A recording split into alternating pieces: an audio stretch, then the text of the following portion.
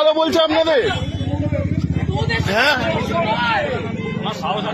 সবাই হ্যাঁ তোদের সাথে আমার কিছু না, তোরা হ্যাঁ তোদের সাথে আমার কিছু নয়। আজকে দেখলি তুই যখন বসলি ওটা দেখলি বললো ও টাকাগুলো তুলছিল ওইটার ছবি।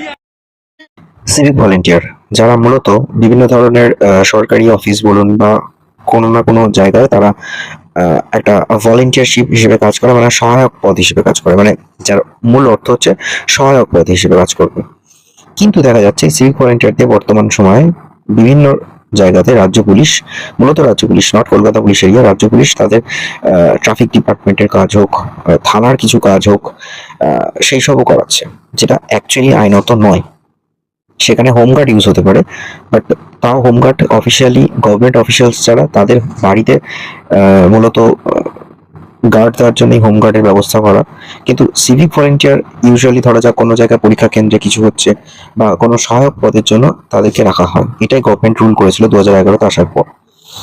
কিন্তু এই ভিডিওটাতে দেখা যাচ্ছে যে বেলগুড়ি এক্সপ্রেসওয়ে দিয়ে গাড়ি যাওয়ার সময় বর্ণনগর থানার একজন অফিসার সিভিক ভলেন্টিয়ারকে দিয়ে টাকা তোলাচ্ছিল, বা যেরকম হয় আর কি বিভিন্ন গাড়ি থেকে গেলে সে সময় ওভারলোডিং হোক, ওভার স্পিডের জন্য হোক, কেস না দিয়ে সরাসরি তাদের থেকে টাকা দিয়ে ছাড়িয়ে দেয়। এবং এই নিয়ে প্রচুর নিউজও বেরিয়েছিল, অনেকে অনেক কিছু বলেছে কেন বেলগুড়ি এক্সপ্রেসওয়ে এতটা লম্বা এরিয়া, 9 কিলোমিটারের কাছাকাছি, যেটা শুরু হচ্ছে দক্ষিণেশ্বর থেকে শেষ হয় আপনার একেবারে ঠিক 2 নম্বর 2.5 নম্বর গেটের কাছে এয়ারপোর্টের।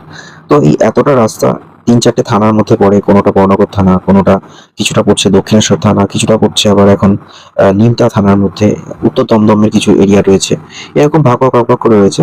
যেটা বর্ণনগর থানার এরিয়ার মধ্যে পড়ছে সেখান থেকে এই ঘটনাটি ঘটে যে একটি মহিলা, একজন ম্যাডাম, মানে যে টাকাবুকো একজন, তিনি এই ব্যাপারটাকে ট্রেস করেন এবং ধরেন। তবে আমার মনে হয় উনি কোনো গভর্নমেন্ট অফিসিয়াল পদেই রয়েছেন আই থিঙ্ক, এবং তার যা ভাবভঙ্গি এবং তার উপর মহলের সাথে যতটা যোগাযোগ, কখনো দেখা যাচ্ছে তার আইসি লেভেল বা ওসি লেভেলও বলছে যে যার সাথে যাকে হোক কন্ট্যাক্ট করো, তাতে বোঝাই যাচ্ছে যে তার গভর্নমেন্ট পদে যথেষ্ট কন্ট্যাক্টস রয়েছে। মেবি তিনি কোনো গভর্নমেন্ট অফিসিয়ালস, মেবি তিনি কোনো অম্বুজ ডিপার্টমেন্টের সঙ্গে রয়েছেন, মেবি তিনি হয়তো সরাসরি এখানে তদন্ত করতে এসেছেন এবং তদন্ত করার ফলে তার কিছু আইডেন্টিফাই করতে পেরেছেন। সেগুলোই ভিডিওতে দেখা গেছে যে একজন সিভিক ভলেন্টিয়ারকে দিয়ে কি করে একজন অফিসার এই কাজটি করছেন, তাও তিনি ট্রাফিক ডিপার্টমেন্টের নয়, তা সত্ত্বেও তিনি এই কাজগুলো করছেন। এবং তারপরে ভিডিওটি কেউ একজন তুলে সেটা ভাইরাল করে দিতে ছড়িয়ে পড়েছে মুহূর্তের মধ্যে। তো এখন বর্তমান সিচুয়েশন এটাই।